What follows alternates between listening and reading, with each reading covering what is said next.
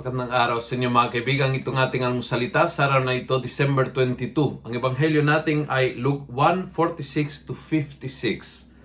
Sabi ni Mama Mary, "At mula ngayon ako ay tatawagin mapalad na lahat ng saling lahi dahil sa mga dakilang bagay na ginawa sa akin ng makapangyarihan." Ang ganda, si declare mula ngayon tatawagin, in the future, mapalad.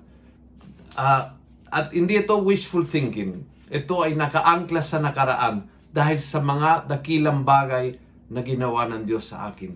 Yung dynamic na yan na ngayong araw na ito ay declare na makakaroon ng isang taon na magiging mapalad, full of blessing. I declare, I claim health, I claim success for my family, I claim a peaceful year.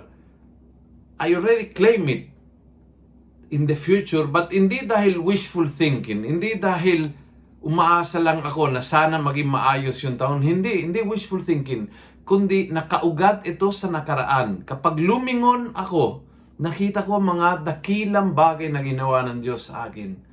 I can see very low moments in my life at na-overcame ko yan. I can see big difficulties na naging maayos. I can see big fights in my family na nakasundo naman. I can feel and remember moments na talagang down financially and was able to overcome. Pag lumingon, biglang naging malinaw na hindi ako pinabayaan all these years. Hindi pinabayaan, kundi punong-puno ng mga blessings. And so, I have the power, like Mama Mary, to declare, I will be totally blessed. Tatawagin akong mapalad. I declare the best years are coming. The best blessings are ahead of me. Sana ngayong araw na ito is a day to proclaim. Tulad ni Mama Mary, punong-puno ng pananampalataya. Isang pananampalataya na nakaugat sa aking karanasan at kasaysayan na magiging mapalad ako.